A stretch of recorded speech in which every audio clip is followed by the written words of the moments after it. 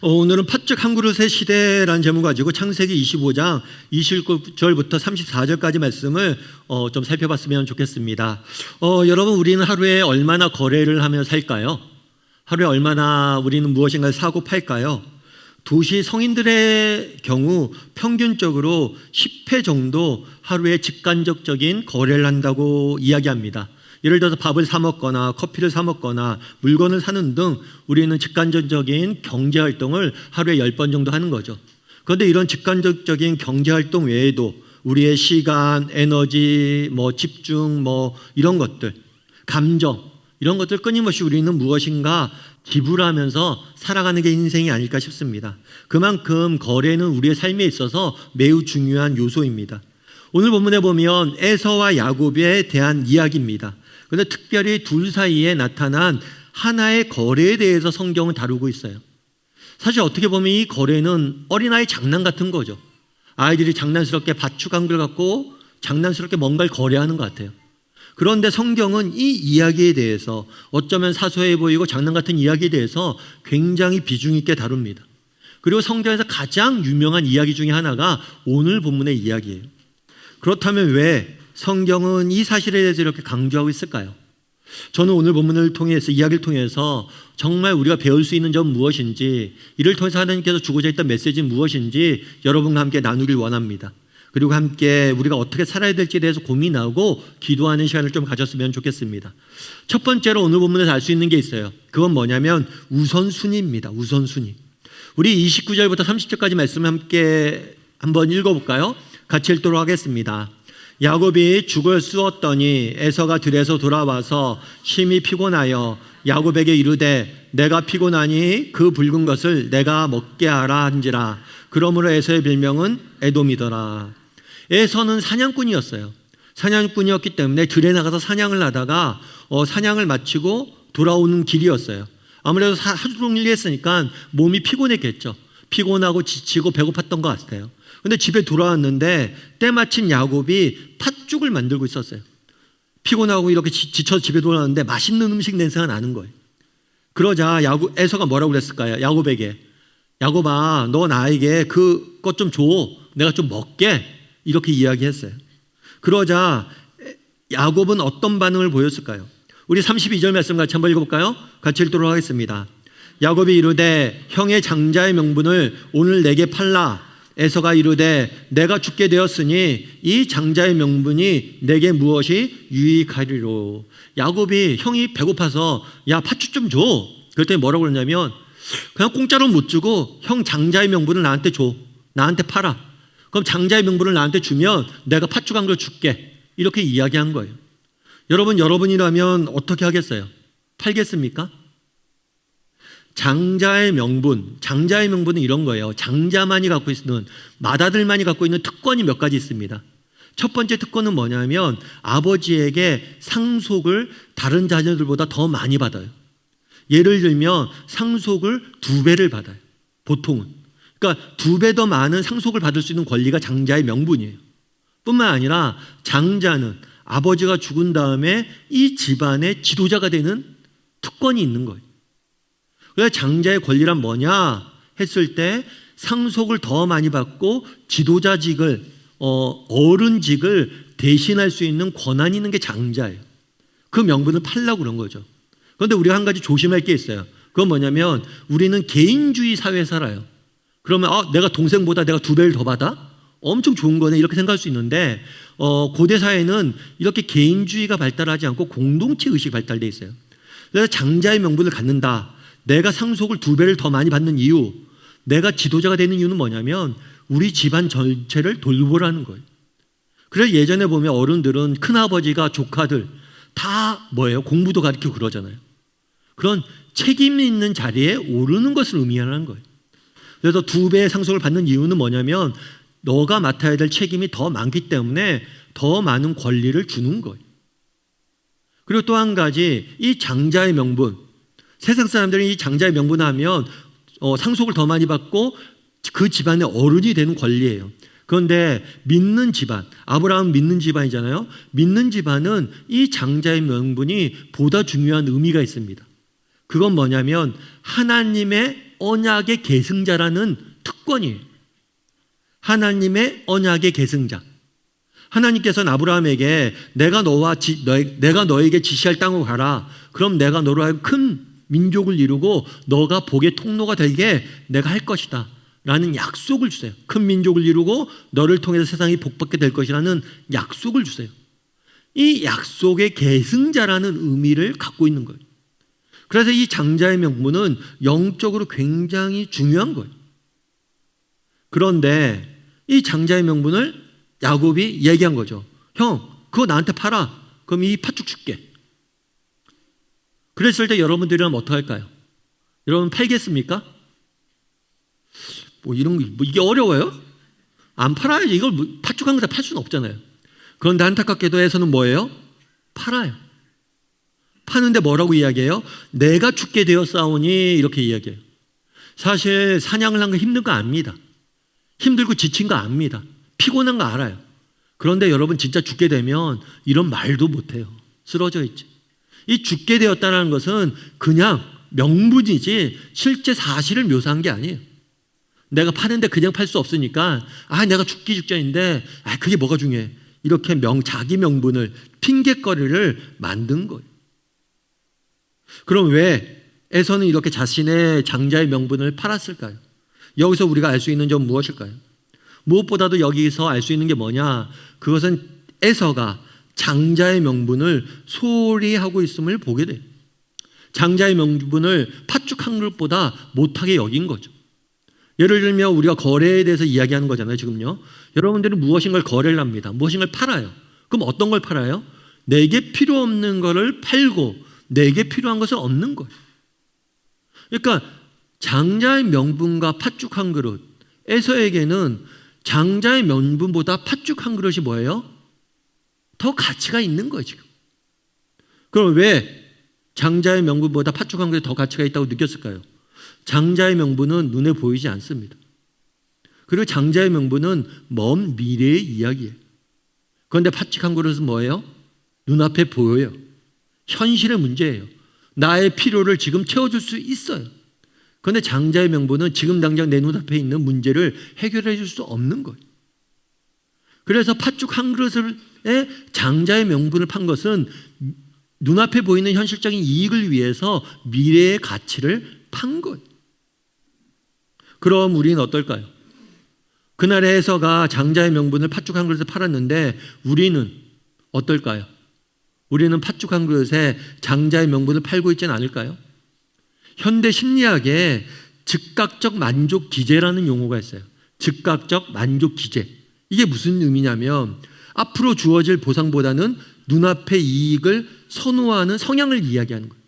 앞으로 주어질 보상보다는 뭐예요? 눈앞에 보이는 당장의 이익을 선호하는 경향이에요. 실제로 2023년에 조사를 한번 해봤어요. 어떤 조사를 했냐면 우리나라 직장인들 대상으로 어떤 조사를 했냐면 현재의 미래의 자산 형성보다 현재의 보상, 예를 들어서 저축보다 오늘 쓰는 것, 둘 중에 어떤 게 더 중요합니까? 현재의 만족과 저축, 둘 중에 뭐가 중요합니까? 했을 때 70%가 저축하지 않고 현재에 내게 만족 주는 것을 누리겠다라고 답했어요. 미래보다는 현재를 훨씬 더 중요시 여기는 거예요.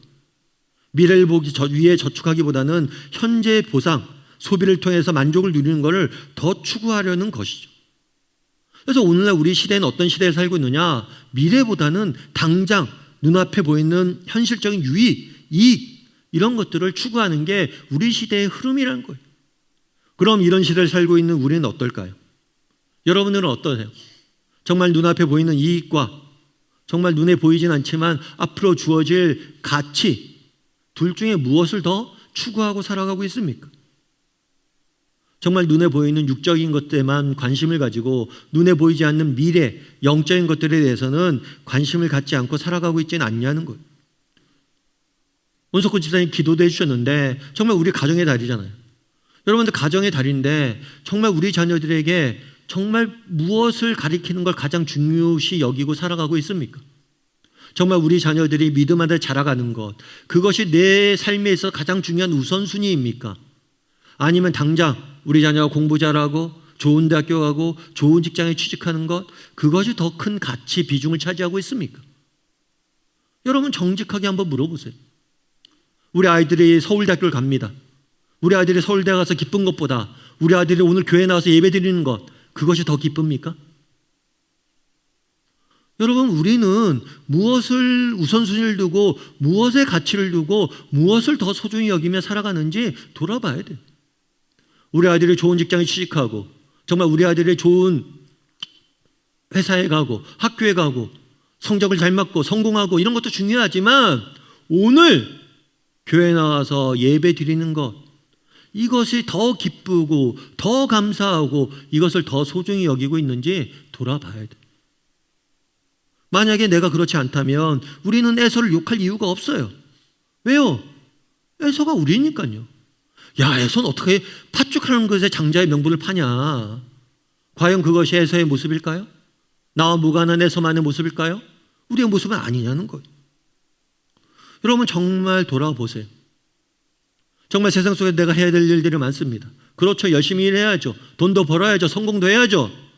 그런데 그것보다 정말 내가 주일날 하나님 앞에 가서 예배하고 정말 하루를 시작하기 전에 잠깐이라도 하나님 앞에 기도하고 시작하는 게 더 의미 있고 가치 있다고 여기고 있냐는 거예요.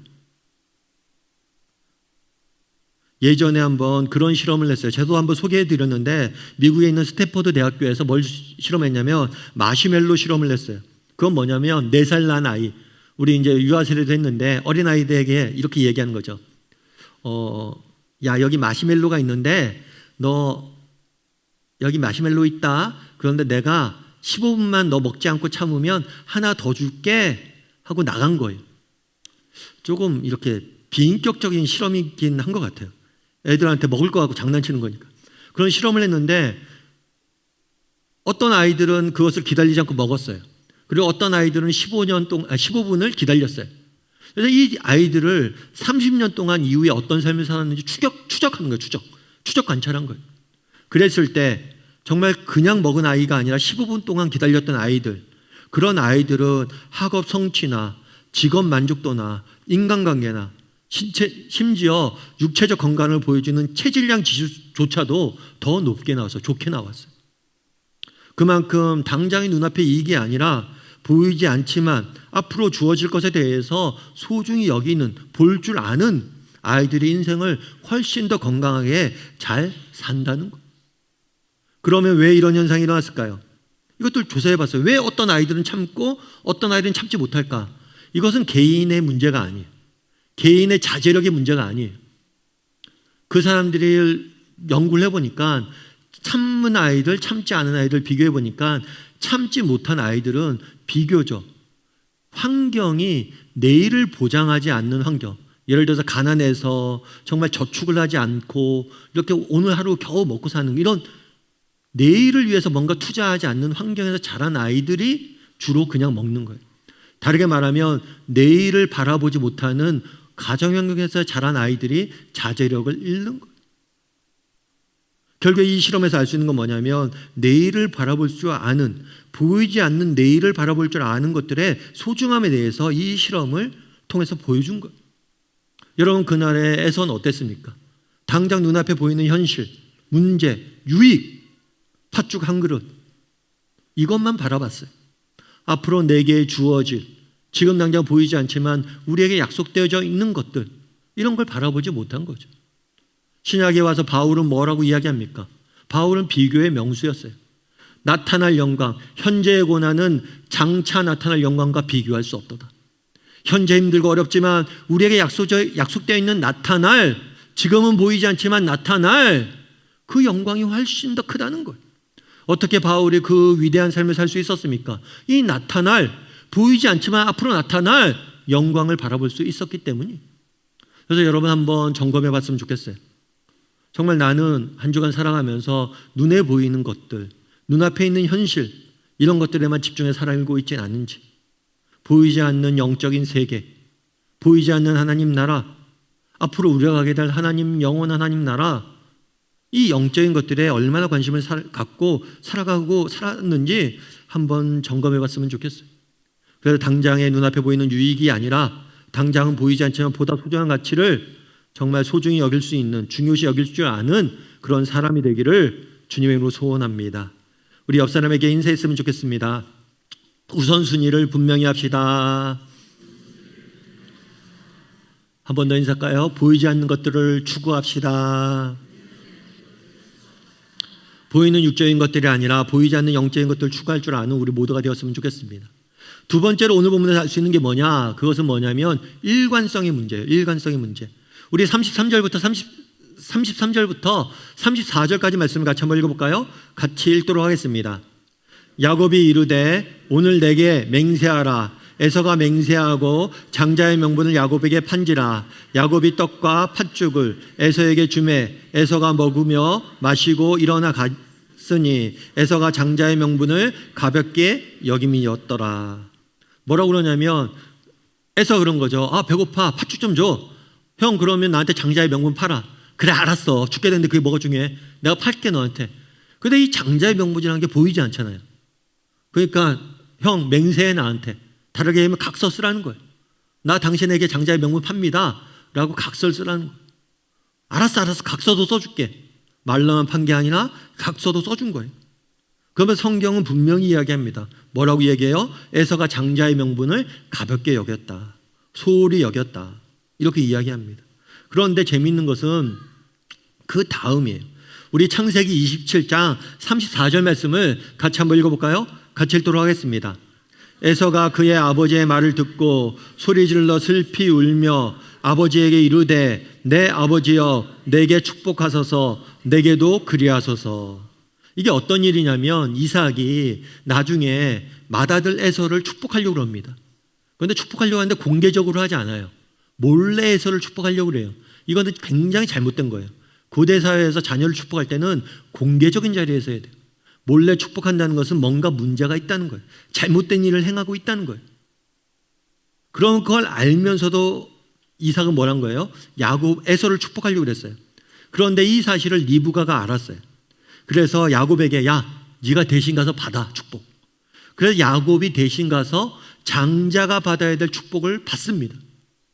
그러자 에서가 뭐라고 이야기해요 지금요? 소리질러 슬피 울었다 이야기를 해요. 너무 이상하죠? 장자의 명분을 팔 때 뭐라고 그래요? 야, 내가 죽게 되었는데 뭐가 중요해? 야, 너 가져. 그러다가 동생이 실제로 장자가 받아야 될 기도를, 축복을 받으니까 어떻게 그럴 수 있냐고 눈물을 흘리며 우는 거예요. 여러분, 에서의 모습 속에서 여러분 우리가 무엇을 느낍니까? 에서의 문제는 뭐냐면 아까 말씀드렸던 것처럼 우선순위, 정말 보이는 것들에 집중하느라고 보이지 않는 것을 놓친 것도 문제예요. 그런데 에서의 두 번째 문제는 뭐냐면 일관성의 상실이. 아까는 그런 장자의 명분 그런 거 필요 없어 그렇게 이야기하다가 지금 뭐예요? 울면서 나중에 동생 죽이려고 그래요. 전혀 다른 태도를 보이는 거예요. 지그먼드 바우만이라는 이 사람이 있어요. 이 사람이 뭐라고 그랬냐면 현대사회를 액체 근대라고 불렀어요. 액체 근대. 액체 근대가 뭐냐면 오늘날 우리 사회의 특징이 있다. 그건 뭐냐면 고정된 가치가 없다는 거예요. 모든 것이 빠르게 변하고 흘러간다는 거예요. 그래서 요즘 얘기하는 게 그런 거잖아요. 진리가 어딨냐고. 정말 불변하는 게 어딨냐고. 모든 게 변한다고. 고정된 가치는 없다고. 모든 게 불변한다고. 이렇게 이야기하는 거예요. 그래서 오늘날 우리 사회의 가장 중요한 가치로 여기는 게 뭐예요? 융통성이잖아요. 야, 사람이 융통성이 있어야지 그렇게 고리타분해도 되겠냐? 이때는 이렇게, 저때는 저렇게, 이때는 이렇게, 저때는 저렇게. 에서가 그랬어요. 한때는 장자의 명분을 그냥 소홀히 여기고 또 한 번은 슬피 울며 막 엉엉대고 그것들을 붙잡으려고 하고 명확한 기준 없이 그냥 흘러 살아가는 거예요. 심리학자인 레온 페스팅건 그렇게 이야기합니다. 인지 부조화라는 이론을 이야기를 해요. 이게 뭐냐면 우리가 이 땅을 살다 보면 내가 갖고 있는 신념 그리고 내가 행하는 행동 이 두 개 사이가 불일치할 때가 있대요. 여러분, 신념과 행동이 불일치하면 뭘 고쳐야 돼요? 생각과 행동이 불일치하면 뭘 고쳐야 돼요? 행동을 고쳐야 되는데 사람들은 행동을 안 고치고 뭘 고쳐요? 신념을 고친다고. 가치를 계속해서 고치고 바꾸는 거예요.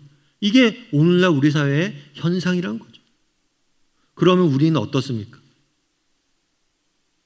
한 번은 그런 조사를 했어요. 대학생들의 정서를 조사를 했어요. 그런데 대학생들 중에서 정서적 불안을 갖고 있는 아이들을 조사해 보니까 공통된 특징이 있었어요. 그건 뭐냐면 부모님들의 양육 태도가 일관성을 상실한 거예요. 부모님들이 일관성을 상실하지, 일관적이지 못한 양육 태도를 볼 때 자녀들의 자존감이 낮아지고 정서적 불안을 느끼는 경우가 많았어요. 예를 들면 형한테 대하는 거랑 동생한테 대하는 거랑 달라요. 또 어제 나한테 했던 얘기랑 오늘 나한테 하는 얘기랑 달라요. 이런 게 반복되면 아이들이, 그런 부모 밑에서 자란 아이들은 정서적 불안을 안고 살아갈 수밖에 없다는 거예요. 자존감도 낮아진다는 거예요. 여러분, 오늘날 우리 사회의 가장 중요한 특징 중에 하나는 뭐냐면 일관성의 상실이에요. 그럼 우리는 어떨까요? 우리는 분명한 삶의 기준을 가지고 살아가고 있나요? 아니면 그때그때 달라지고 있나요? 교회에서는 내가 이렇게 살아가지만 세상에 살 때는 다른 모습으로 살아가고, 또 어제는 이렇게 살았지만 오늘은 다르게 살아가고, 이렇게 살아가고 있지 않냐는 거예요. 오늘날 그리스도인들이 가장 많이 받는 비판이 뭐예요? 교회에서의 그리스도인들은 사랑 이야기하고 온갖 정말 천사처럼 보이는데 세상 속에서는 그렇지 않다는 거잖아요. 오늘날 우리가 비판받고 우리가 가지고 있는 가장 큰 문제 중에 하나는 일관성의 상실이라는 거예요. 에서의 모습이 우리의 모습일 수 있다는 거예요. 장자의 명분을 소홀히 여기다가 또 어떨 땐 슬피 울고. 여러분들 한번 점검해 보세요. 정말 나는 분명한 기준과 일관성을 가지고 살아가는가? 내 인생의 정말 좌우명은 무엇인가? 예전에는 그랬잖아요. 집집마다 가운도 많이 쓰고 내 인생의 좌우명은 뭡니다 라고 이야기를 해요. 왜 가운을 쓰고 좌우명이 무엇인지 물었습니까? 그걸 기준해서 네가 살라는 거예요. 그런데 요즘 가운 쓰는 집안이 있나요? 인생의 좌우명 이야기하는 사람들이 있나요? 우리 사회는 그걸 더 이상 묻지 않아요. 왜요? 그런 것들은 다 변하고 쓸모없다고 생각하기 때문이에요. 그렇다면 여러분, 우리는 믿는 사람이잖아요. 세상 속에서 그리스도인으로서 달라야 되잖아요. 그렇다면 우리는 정말 세상 사람들이 알 수 없는 그런 가치, 기준, 일관성이 있는 사람들이냐는 거예요. 여러분, 세계에서 제일 높은 산 중에 하나가 에베레스트 산이에요. 그리고 에베레스트 산은 여러분 아마 아실 거예요. 높은 만큼 이 산은 등반하기가 쉽지가 않다고 합니다. 그래서 최초로 이 산을 정복한 것도 꽤 늦게 됐어요. 근데 최초로 이 산을 정복한 사람이 누구냐면 뉴질랜드의 힐러리라는 사람이. 나중에 이 산을 정복한 다음에 물었어요. 어떻게 이 산을 정복할 수 있었습니까? 그랬더니만 이 힐러리경이 뭐라고 그랬냐면, 내가 이 산을 정복할 수 있었던 가장 중요한 요소는 뭐냐면 기준과 일관성이라고 답했어요. 왜냐하면 산 위로 산은 변화가 심하대요. 오전에 눈보라치다가 오후에 개이기도 하고, 뭐 요 정도 높이에서 눈보라가 안 쳤는데 요 정도에서 눈보라치고, 끊임없이 산은 변화가 된대요. 그런데 이 변화 속에서 중요한 건 이 변화에 잘 적응을 해야 되는데, 이 변화에 진짜 적응을 잘 하려면 어떻게 되냐? 기준이 명확해야 된다는 거예요. 기준이 없이 변화에 적응하다 보면 다 실패한다는 거예요. 그래서 내가 정해진 기준에 근거해서 적응을 해야 된다는 거예요. 그런데 많은 세상 사람들이 뭘 합니까? 세상은 끊임없이 변하니까 우리도 변화에 적응을 해야 된다고 이야기합니다.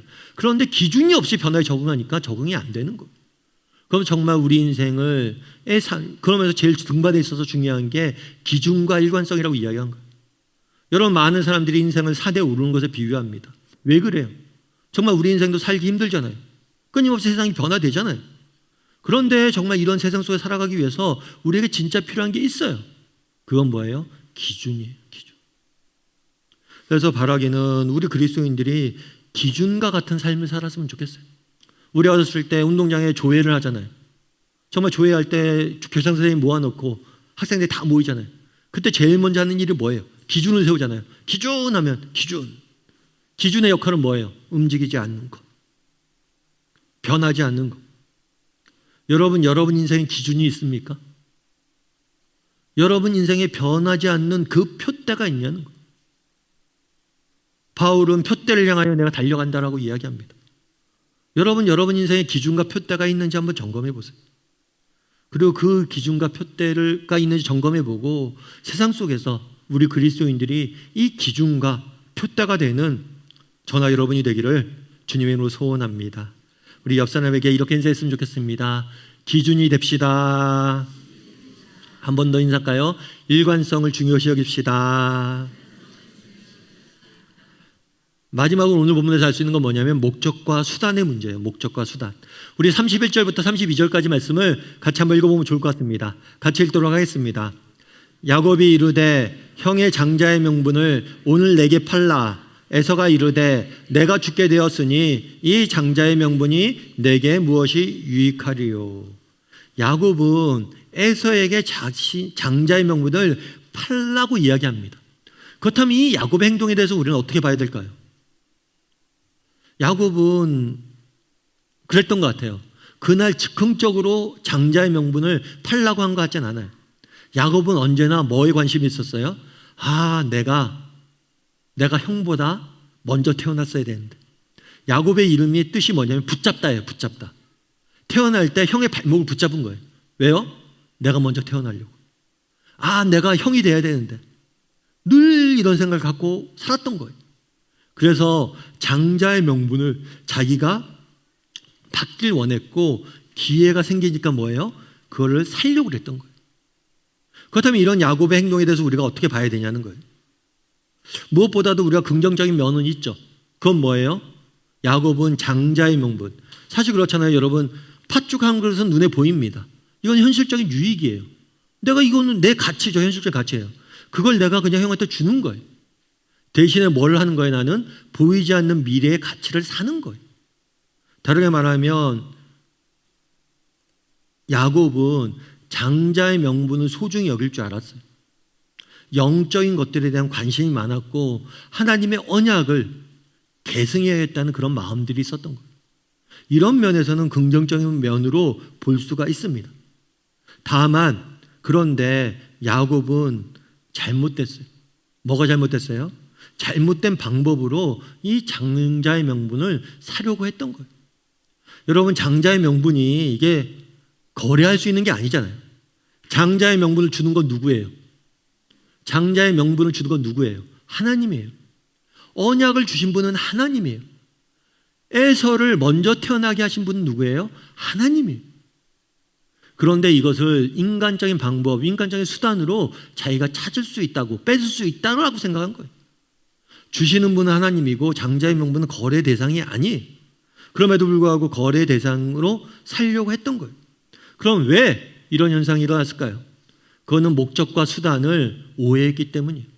아니, 다르게 말하면 야곱은 장자의 명분을 얻는 게 그의 인생의 목적이 되었어요. 그것만을 추구하며 살았던 거예요. 그런데 여러분, 중요한 것은 장자의 명분이 아니에요. 하나님께서 언약을 주셨어요. 이 언약을 주신 이유는 뭐예요? 언약을 누구에게 주느냐가 중요한 게 아니라 이 언약을 통해서 이루고자 하시는 바가 중요한 거예요. 장자가 되는 게 중요한 게 아니라, 장자의 명분을 내가 얻는 게 중요한 게 아니라 장자의 명분을 가지고 내가 무엇을 하느냐가 중요해요. 그런데 장자의 명분 자체가 뭐예요? 목적이 되어버린 거예요. 오늘날 우리 사회의 가장 큰 문제는 무엇입니까? 이 목적과 수단이 변질된 거, 바뀐 거예요. 예를 들면 그런 거죠. 이제 좀 있으면 우리의 선거가 얼마 남지 않았습니다. 정치인들이 왜 정치를 합니까? 정말 정치란 행동을 통해서, 국회의원이라는 행동을 통해서 더 높은 가치, 이루고 싶은 것들이 있기 때문에 정치를 하는 거예요. 그런데 어느 순간부터 정치인들이 국회의원이 되는 게 목적이 되었어요. 국회의원이 되는 게 목적이 되었으니까 잘못된 길과 잘못된 방법으로 그것들을 되려고 하는 거예요. 목적과 수단이 잘못된 거죠.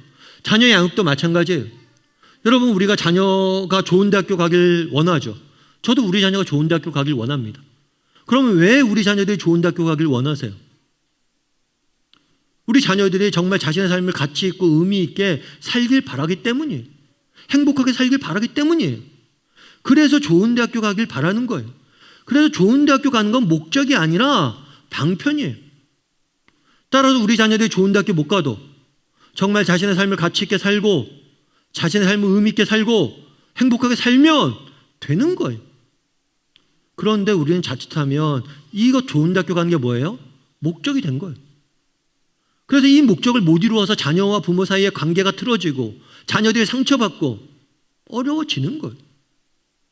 여러분 정직히 한번 생각해 보세요. 여러분 왜 우리가 직장을 취직해야 됩니까? 요즘은 직장 중에서 제일 인기 있는 직장이 하이닉스라고 그러죠. 하이닉스. 하이닉스에 입사가 되면 몸이 아파도 퇴사하면 안 된다고. 끝까지 버텨야 된다고. 그리고 나중에 배당금까지 다 받아야 된다고. 그럼 여러분 하이닉스, 우리 자녀들이 하이닉스 들어가는 것, 그것도 꿈꿔야 됩니다. 그게 나쁜 게 아니에요. 세상 사람들도 하이닉스에 들어가길 원해요. 좋은 직장에 들어가길 원해요. 그거 우리도 꿈꿔야 돼요. 그런데 우리 믿는 사람들은 여기서 멈추면 안 돼요. 좋은 대학교 들어가는 거 꿈꿔야 됩니다. 그런데 우리는 무엇에 대한 답이 있어야 돼요? 왜 좋은 대학교를 가야 되느냐? 그 꿈 너머의 꿈, 이걸 꿈 너머 꿈이라고 그래요. 왜 의사가 되려고 하냐? 세상 사람들 의사가 되기 위해서 노력합니다. 의사가 돼야 된다고 이야기합니다. 그런데 의사가 됐는데 많은 사람들이 그래서 그렇게 얘기하는 거예요. 꿈을 이뤘는데 허무하다는 거예요. 정말 세상적으로 봤을 때 성공했는데 허무하대요. 왜요? 꿈 자체가 수단인데 목적이 돼서 그래요. 여러분 의사가 되는 건 꿈이 아닙니다. 물론 그것도 꿈꿔야 돼요. 그런데 그 꿈 너머의 꿈을 꿔야 돼요. 의사가 돼서 내가 무엇을 할 것인가? 사람들을 돕고 세우고. 내가 정치인이 돼서 뭘 할 거냐? 국회의원 되는 게 꿈이 아니라 국회의원이 돼서 세상을 섬기는 것들. 내가 좋은 직장에 취직하는 게 꿈이 아니라 그것이 돼서 무엇을 할 것이냐. 그래서 그리스도인들은 이 꿈 넘어 꿈을 꿀 줄 아는 사람이 되어야 되는 거예요. 그날의 야곱의 문제는 무엇이었습니까? 장자의 명분을 소중히 여긴 건 오케이, 인정. 그런데 장자의 명분만 목적이 된 거예요. 내가 형보다 더 높은 곳에 올라가는 것만 목적이 된 거예요. 중요한 건 그게 아니에요. 장자가 되느냐가 아니에요. 무엇을 할 것이냐. 성경을 보세요. 장자 외에도 차자고 막내가 쓰임받은 경우가 얼마나 많아요. 장자가 안 돼도 쓰임받을 수 있어요. 그런데 우리는 자칫하면 잘못된 목적을 갖고 살 수 있다는 거예요. 여러분들 우리가 한번 점검해 봐야 돼요. 나는 목적과 수단을 구분할 줄 아는 사람인가? 난 단순히 꿈꾸는 사람인가? 꿈 너머에 있는 꿈, 정말 세상의 꿈이 아니라 하나님이 주시는 꿈을 꿀 줄 아는 사람인가? 점검해보고 정말 내 삶 가운데 꿈 너머의 꿈들을 꾸고 하나님이 주신 꿈을 꿀 줄 아는 저나 여러분이 되기를 주님의 이름으로 소원합니다.